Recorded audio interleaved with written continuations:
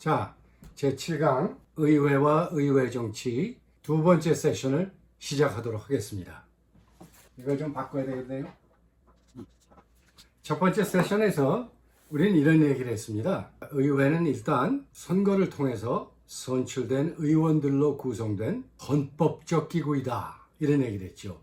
그리고 의회는 국가의, 정부의 굉장히 중요한 일에 대해서 그것을 어떻게 해결할 것인가를 최종적으로 결정하는 그런 권한을 보유하고 있다. 이런 얘기를 했어요. 그래서 의회가 작동하는 데는 세 가지의 기본 원리가 있는데, 첫 번째는 대의의 원리이고, 두 번째는 정치적 교환의 원리이고, 세 번째는 견제의 원리이다. 이런 얘기를 했습니다. 그런데 이 의회를 아까 말씀드렸다시피 따로 떼어놓고 보기보다는 정치 체계, 커다란 정치 체계가 움직이는 그런 과정에서 어떤 역할을 수행하느냐, 어떤 기능을 담당하느냐를 보면 의회의 정치적 위상과 역할과 의미가 보다 더 명확하게 이해된다. 이런 말씀을 드렸어요. 그래서 의회의 기능은 크게 세 가지로 나누어지는데, 첫 번째 가지 대표 기능이다. 이것은 아까 말씀드린 대의회 원리에 입각한 기능이죠. 그래서 결국 선거 국민들 혹은 보다 폭을 넓혀서 국민 전체의 이해관계 요구를 대표해야 된다. 대표하기 위해서는 어떻게 해야 되겠습니까? 파악해서 대표해야 되지 않겠습니까? 그런 측면에서 다양한 사회적 분파 집단 혹은 자신의 선거구에 속한 유권자들의 이해관계와 요구를 대표한다는 측면에서 정치체계의 투입 기능, 인풋 기능을 수행한다. 이렇게 볼 수 있는 거죠. 투입 기능은 간단히 말해서 국민의 사회 구성원의 시민들의 요구와 지지를 파악하여 정책 결정 과정으로 전달하는 기능 아니겠습니까? 자, 그 다음에 우리가 대표 기능을 논의하면서 의회의 기능을 이제 대표 기능, 입법 기능, 견제와 감독 기능 세 가지로 나눌 때, 첫 번째 대표 기능을 우리가 따져봐야 되죠. 대표 기능을 수행한다는 측면에서 우리는 아주 쉽게 의회가 대표 기능이라는 측면에서 정치체계의 투입 기능을 수행하는구나 파악할 수 있죠. 그래서 누구를 대표하나, 무엇을 대표하나를 얘기를 첫 번째 세션에서 했습니다. 대표 기능에 관한 이제 세 번째 논의점은 어떻게 대표하느냐예요. 대표한다는 얘기는 결국 선거구민, 보다 보편적으로 시민들의 요구와 지지를 정책 결정 과정으로 가져와서 거기서 대표한다. 이런 얘기죠. 대표하는 방식은 두 가지인데, 첫 번째는 말하기, 그래요. 말하기. 그러니까 법안을 제출하거나 법안을 심사하는 과정에 있어서 의원들은 자신의 의견을, 견해를 개진합니다. 또 정부의 여러 가지 다양한 정책에 관해서 질의를 할 수도 있어요. 그리고 또 현안, 그러니까 어떤 시점에서 굉장히 중요한 정치적 이슈로 등장한 사안에 대해서 자기 자신의 견해를 개진할 수도 있어요. 뭘 통해서 하느냐? 말을 통해서 한다는 얘기죠. 그래서 여러분, 의회의 영어 표현이 parliament 아닙니까? parliament. 그런데 이 parliament라는 말은 프랑스어 단어에서 나왔대요. 뭐냐면 parler, 말하다 이런 거예요. 그러니까 의회는 말하는 곳이다 이런 얘기죠. 의원들이 자신들이 대표하는 이익을 의회 내에서 전달하고 논의하고 교환하기, 그것과 상충하는 이제 다른 여러 가지 이해관계도 올라올 텐데, 조정하고 중재하고 교환한다고 할 때 뭘 통해서 말하느냐? 회의 통해서 하잖아요. 말을 통해서 한다는 얘기예요. 그래서 의회는 다양한 분파 이익들, 이해관계들을 말을 통해서 끌어오고 조정하고 중재한다. 이런 뜻이죠. 말하기와 또 방금 얘기를 했지만, 이를테면 중재도 역시 대표의 수단 중에 하나입니다.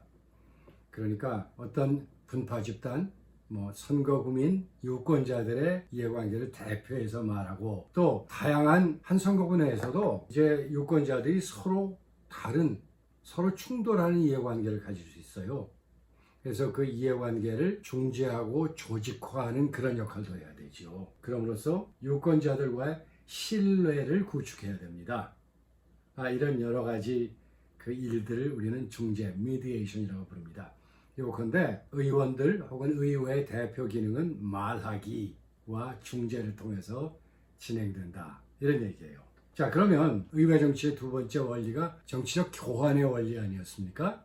그러니까 협상과 고래를 통해서 이제 다양한 사회적 분파 이익을 조정하고 그리고 중재한다. 이런 얘기죠. 뭘 통해서 하느냐? 입법을 통해서 한다는 얘기입니다. 그러니까 의회의 기능은 첫 번째 대표의 기능, 두 번째는 입법 기능이죠. 입법 기능은 말 그대로 법을 만드는 기능입니다. 법을 만든다는 것은 다시 말해서 정책을 만든다는 얘기죠. 여러 번 얘기했습니다만 국가의 정책은 집행되어야 되잖아요. 그럼 강한 이 강제력을 가져야 되죠.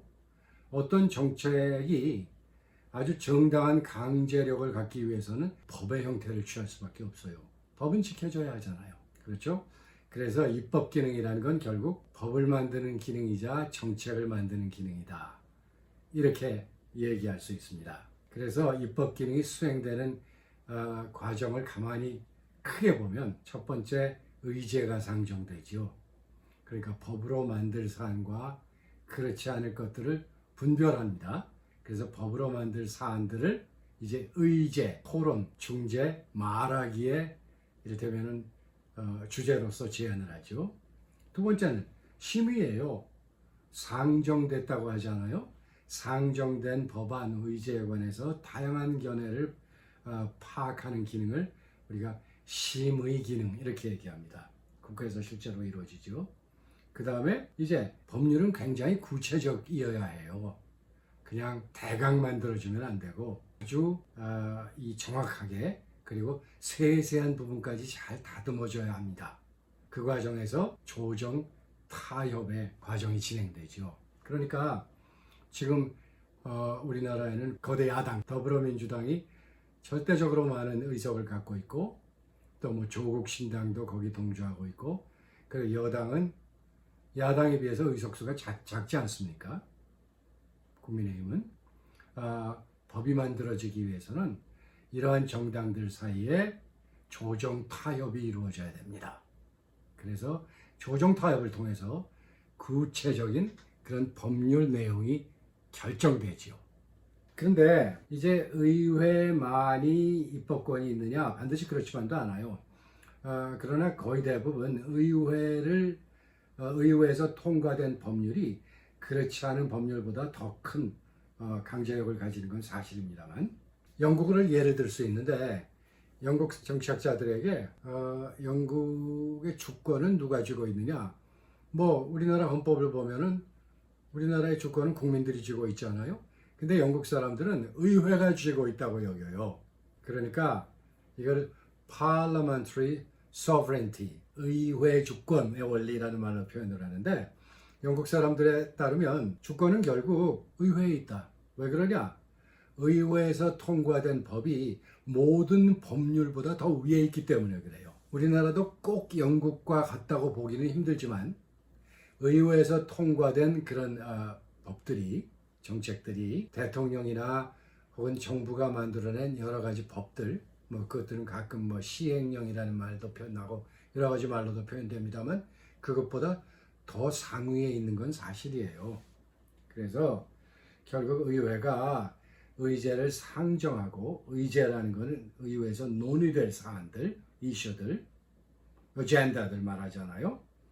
의회의 의제를 상정하고 심의하고 조정하고 타협하여 최종 결정을 내리는 그런 권한, 그게 사실 의회가 쥐고 있다고 보아도 과언이 아닌데 물론 독점적은 아닙니다만 그런 측면에서 의회는 바로 국민들을 대표한다는 측면에서 결국 최고의 정치기구가 아니냐 뭐 이렇게 보는 사람들도 있습니다만 방금 말씀드렸다시피 그것은 그 나라가 어떤 정치 질서를 갖고 있느냐에 따라 다를 수 있습니다. 영국 웨스트민스터 시스템이 가지고 있는 정치 질서, 영국적 의회 민주주의 체제에 따르면 의회가 주권을 갖고 있다고 보는 거죠. 여러분도 한번 생각해 보시면 하지 않겠어요? 우리나라 헌법에 우리나라의 주권은 국민에게 있다 그러잖아요. 그런데 국민들이 직접 정책 결정 과정, 입법 과정에 참여하지는 않고 우리를 대표하는 의원들이 결국 법을 만들고 정책을 만들지 않습니까? 그러니까 국가를 운영하는, 정부를 운영하는 기본적인 방침, 수단, 정책, 그걸 만든다는 측면에서 결국 우리나라의 주권이 헌법이 규정한 바와 같이 국민들의 손에 있나? 뭐 그렇게 볼 수도 있고, 결국 우리를 대표하는 의원들이 만들어내는 게 법 아니야? 이런 측면에서 주권이 결국 순수하게 국민들의 손에 있다고 볼 수 있나? 이런 논쟁을 할 만하다, 이런 뜻입니다. 한번 생각해 보세요. 그 다음에 세 번째, 의회 정치의 원리가 견제 원리 아니었습니까? 이 견제 원리에 따라 이제 의회는 견제와 감독 기능을 수행합니다. 그래서 우리는 parliamentary oversight 이렇게 표현합니다. 자, 견제와 감독 기능을 이제 조금 구체적으로 살펴보면, 첫 번째, 의회에 대한 정부의 포괄적 책임을 규명한다, 이런 얘기예요. 그러니까 어떤 정치 질서 속에서는 정부가 의회에 대해서 책임을 져요. 의회가 정부, 특히 내각을 무너뜨리려면 얼마든지 할 수 있어요. 내각 불신임 결의를 통과시키면 내각은 그대로 붕괴되고 새로 만들어져야 돼요. 이게 바로 의회제 국가에서 나타나는 현상이죠. 의회는 필요한다면 불신임 결의를 통해서 내각을 붕괴시키고, 그럴 경우 새 내각이 만들어져야 되죠. 새 내각은 새로운 총선을 통해서 만들어질 수도 있고 또 다른 방식을 통해서 만들어질 수도 있습니다. 그 다음에 두 번째, 정부의 정책 수행에 관한 포괄적인 감독을 할 수 있죠.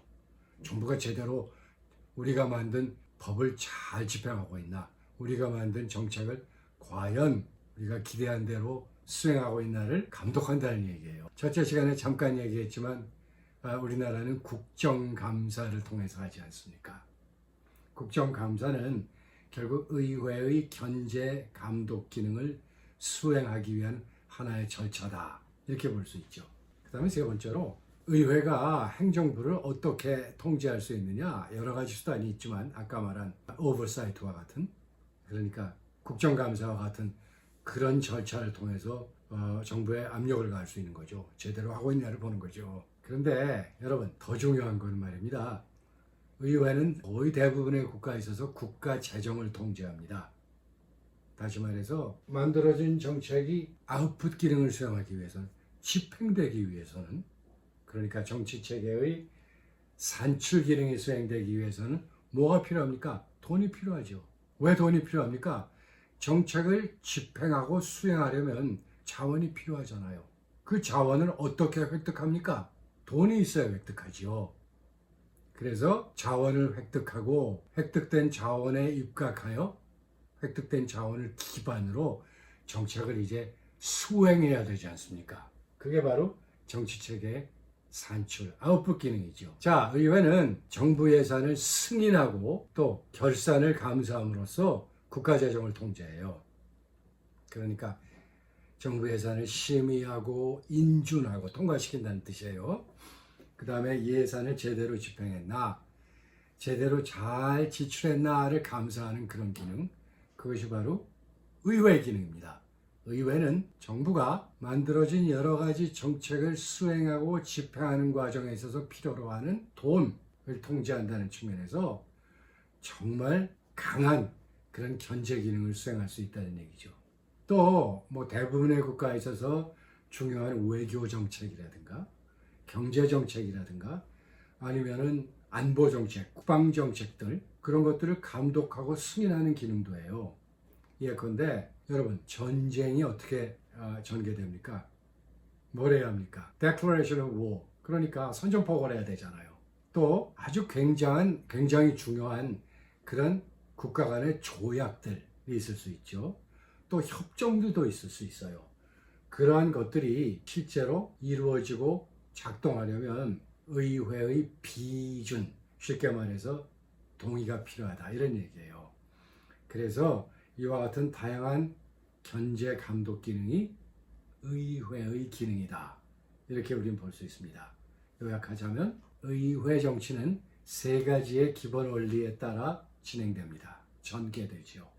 첫 번째는 대의의 원리, 두 번째는 정치적 교환의 원리, 세 번째는 견제의 원리인데, 이러한 원리에 입각해서 의회의 기능은 대표 기능, 입법 기능, 그 다음에 견제와 감독 기능으로 크게 나누어질 수 있다.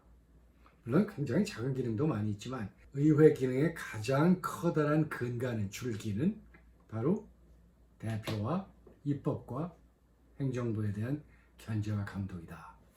그래서 대표라는 측면에서 정치체계의 투입 기능을 수행하고, 그 다음에 입법이라는 측면에서 정책 결정 기능을 수행하고, 견제와 감독이라는 측면에서 아웃풋 기능을 수행한다. 이렇게 볼 수 있죠. 이 이야기는 어떤 뜻입니까? 의회가 제대로 기능하지 않으면 정치체계의 input, decision making, output, 투입, 정책 결정, 산출 기능이 제대로 수행되지 않을 수가 있다는 얘기예요. 이럴 경우 정치체계가 잘 작동하지 않겠죠. 얼마나 정치체계의 운영 양상이 얼마나 위태로워지겠습니까? 잘못하다가는 정치체계가 붕괴되어 버릴 수도 있어요. 그럼 큰일 아니에요. 그러니까 왜 우리가 그렇게 의회에 대한 이야기를 많이 하나? 왜 국회가 중요하다고 여기나? 그것은 의회가 수행하는 아주 중요한 핵심적 기능들 때문인데, 그 기능들이 잘 수행되지 않으면 정치체계의 필수 기능인 투입, 정책 결정, 산출 기능이 제대로 작동하지 않는, 그러면 정치체계는 위기와 불안정에 빠져들어간다. 이것이 점점 심화되면 정치체계는 붕괴될 수도 있다. 이런 뜻입니다. 그래서 우리가 정치학을 공부하면서 굉장히 다양한 정치적 조직들과 제도들에 관해서 얘기합니다. 오늘 의회 얘기했지만 정당 얘기도 하고 선거 얘기도 하고 정부 얘기도 합니다. 또 굉장히 많은 NGO들, 시민단체 얘기들도 해요. 그것들을 왜 우리가 이야기해야 되느냐, 왜 논의해 봐야 되느냐 하면, 그것들은 모두가 정치체계가 살아남기 위해서, 환경으로부터의 압력에 대응하여 살아남기 위해서 꼭 필요로 하는 네 가지 기능에 연관되어 있기 때문이다. 우리가 방금 얘기한 것처럼 의회는 정치체계의 input, decision making, output, 그러니까 투입, 정책 결정, 산출 기능과 아주 면밀하게 연결되어 있습니다. 이런 기능을 누가 수행하느냐? 어떤 정치 기구가, 어떤 정치 조직이, 어떤 정치 제도가, 기구가 좋겠습니다. 정책 결정 기능을 수행하나? 의회입니다. 또 아웃풋 기능은 주로 행정부가 수행하기도 합니다만, 의회도 역시 이와 같은 아웃풋 기능에 긴밀히 연결되어 있어요. 그러니까 아까 말한 견제와 감독 기능을 통해서 정책이 제대로 수행되는가를 따져봐야 된다는 얘기죠. 그래서 아웃풋 기능을 만들어진 정책의 집행, 그리고 집행에 요구되는 자원의 동원, 그리고 집행에 대한 감독, 이렇게 나눈다면 의회는 이 중에 두 가지 기능에, 그러니까 자원 동원과 견제 감독 기능에 깊이 연관되어 있죠. 아주 쉽게 말해서 의회가 제 기능을 수행하지 못하면, 의회가 제대로 작동하지 않으면 정치체계의 운영에 심각한 타격을 주게 되고, 정치체계가 환경으로부터 계속 몰아쳐대는 그런 압력에 대응하기 힘들어지고, 점점 허약해지고 위험해지고 불안정해지고 급기야는 붕괴되어 버릴 수도 있다. 이런 얘기죠. 뒤집어 말하면 의회가 기능을 잘 수행하게 되면 정치체계의 투입, 정책결정, 산출 기능이 잘 작동하게 되고, 그래서 정치체계가 점점 강해지고 능력이 커지고, 그럼으로써 환경으로부터의 압력에 잘 대응해 나갈 수 있다. 이런 뜻입니다. 앞으로도 우리는 여러 가지 정치 기구, 인스티튜션이죠. 혹은 조직에 관해서 이야기할 텐데, 전부 이런 틀에서 하는 것이 좋겠다. 그래야지 거시 분석과 그 아래 단위의 분석들이 연결된다. 이런 얘기죠. 지금 우리가 의회 얘기란 거는 사실은 정치 체계의 커다란 틀부터 조금 아래로 내려온 거거든요. 그래서 이와 같은 다양한 정치 조직이나 또 기구에 대한 논의는 우리가 뭐 그 말을 흔히 쓴 건 아니지만 Meso-level analysis, 거시 분석과 미시 분석 사이에 위치한 중간 수준의 분석, 이렇게 부르기도 합니다. 여러분, 메소라는 말을 이야기 어떻게 하면 쉽게 이해할 수 있을까요? 메소 소프라노. 소프라노가 제일 높잖아요. 조금 나중에 메소 소프라노고 그 아래 무슨 테너, 바리톤 이렇게 나가지 않습니까? 그래서 말하기 좋아하는 사람들은 이런 메소 레벨 애널리시스라는 용어를 쓰기도 합니다. 중간 수준의 분석, 거시 분석보다는 조금 아래로 내려온 분석, 이렇게 볼 수 있는데 뭐 꼭 메소 레벨 애널리시스라는 말을 기억해 두시지 않아도 됩니다만 이런 말에 부딪혔을 때, 이런 말을 만났을 때 이런 뜻이로구나, 이런 정도는 파악해 두시는 것이 좋을 것 같아서 말씀드립니다. 이제 우리는 마지막으로 의회 정치에 관한 세 번째 사안들이 있는데 그게 의회 제도에 관한 이야기, 양원제, 단원제에 관한 이야기, 그 다음에 이제 의회 분절에 관한 이야기가 남아 있습니다. 그 이야기는 세 번째 세션에서 하도록 하겠습니다. 자, 두 번째 세션, 7강의 두 번째 세션 여기서 마치겠습니다.